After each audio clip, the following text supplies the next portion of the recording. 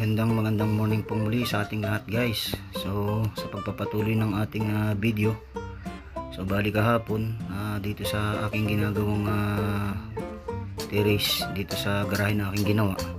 So bali magli-layout muna ako ngayong umaga para sa pag-aasintadahan ng ating hollow blocks. And then pagkayarin nating mag-layout, magpi-prepare naman tayo ng halo para tayo makapag-prepare ng asintada ngayong umaga. Mag-asintada tayo guys ng puting miski na isang patong, kasi papasok tayo ng alas 8 ng umaga dun sa bahay nating ginagawa. So bali ang oras ngayon ay alas 6 ng umaga, so meron pa tayong isang oras at kalahati para makagawa dito. And then kung hindi natin ito matatapos, mamayang hapon pag may pagkakataon, itutuloy natin ng ating gawain na ito.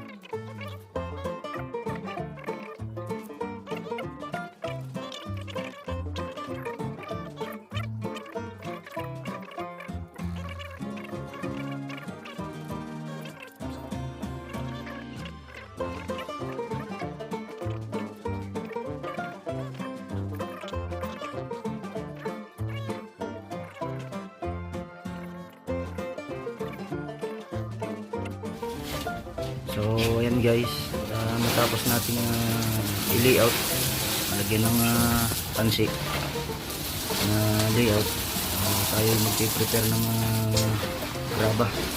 So bali gagrabahan natin ito ng ating hinukay. Ayan, para sa preparasyon sa footing ng asintada.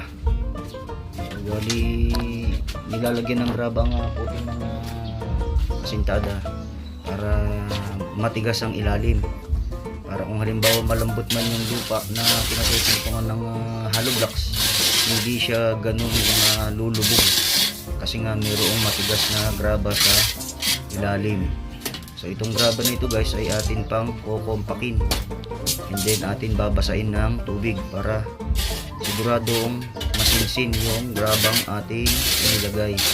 So bali naglagay tayo ng graba guys na bali 3 cm din ng kapal. So bali itong mga kulang pa na ito, atin itong dadagdagan. Yan.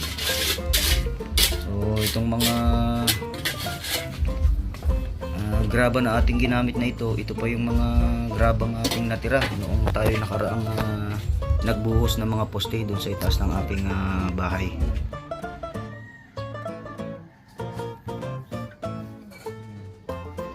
So ayan guys, at natapos na tayong maggraba. So ipina-repair na rin natin guys yung mga vertical. So bali itinusok na lamang natin guys yung vertical na yan na mga bakal para tumayo siya. So bali kakapalan na lang natin ang buhos. Gagawin natin itong 3 cm para sa paglalagyan ng hollow blocks. Ayan.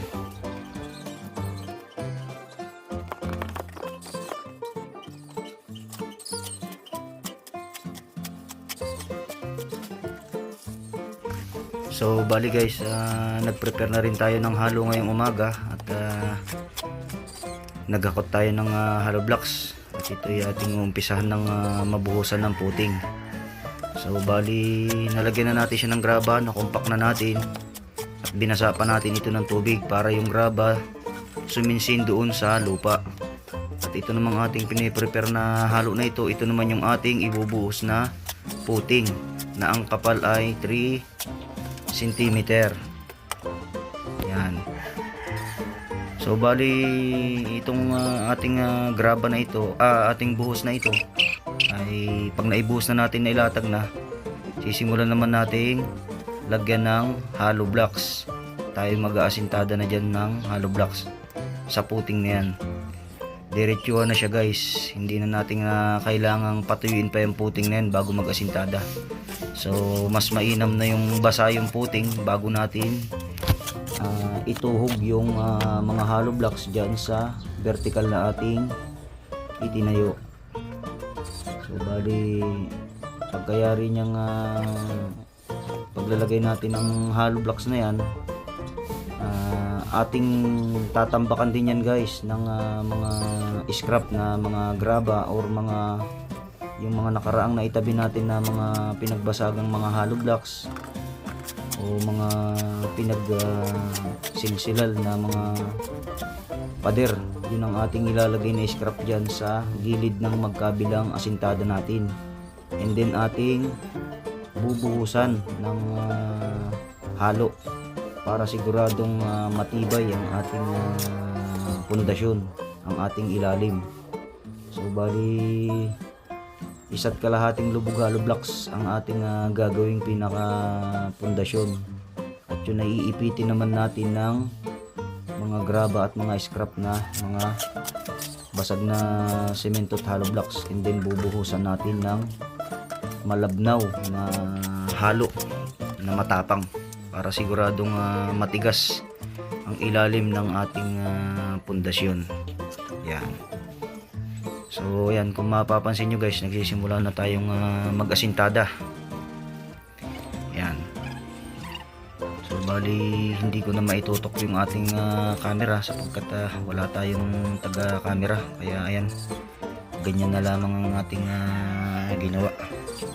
So bali mamaya ating tututukan naman ito ng camera para inyong makita yung ating ginawang asintada.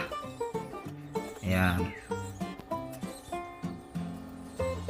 So bali ang isang oras at kalahati ay malaking bagay na rin, lalo't ito ay araw-araw natin gagawin. So madali din natin matatapos itong ating trabaho, walang nasasayang na oras sa atin. Ayan. So bali yung mga lupa na ating nahukay dito sa ating ginawang pundasyon ay yun na rin ang ating gagawing panambak dito sa ating ipo-flooring.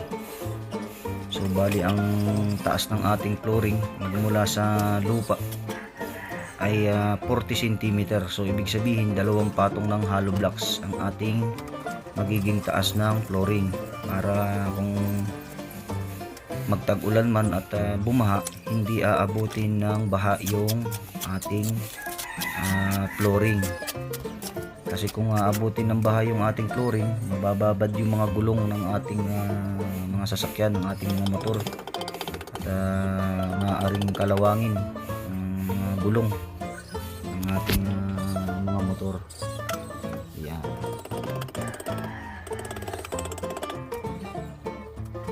May kahirapan nga lang guys mag-asintada, lalo't nagsusolo tayo sa paggawa. So ang ginawa ko guys, nag-prepare muna tayo nung nag-prepare ng halo, hindi naghakot tayo ng hollow blocks para hindi na tayo mahirapan. Diyan nakatabi na sa atin yung ating materialis na mga gagamitin. Alright, so ayan guys, kung mapapansin nyo, binubuhos ko na dun sa pagitan ng hollow blocks yung mga scrap na pinagbasagan ng mga hollow blocks at mga semento. Yan, ating ilalagay yan sa mga gilid ng hollow blocks at ating bubuhusan yan guys ng semento para matigas at matibay. So ayan guys, kung mapapansin nyo yan, nakapag asintada na tayong isang patong. Tapos nilagay natin yung mga scrap sa gilid. And then yung gilid na magkabilang gilid, yan naman yung ating bubuhusan. Sa susunod na video guys, ipakikita ko sa inyo itong aking ginagawa. At yan, dalawa na yan, lalagyan din natin yan guys ng mga scrap na hollow blocks at semento at ating bubuhusan para siguradong matibay ang ating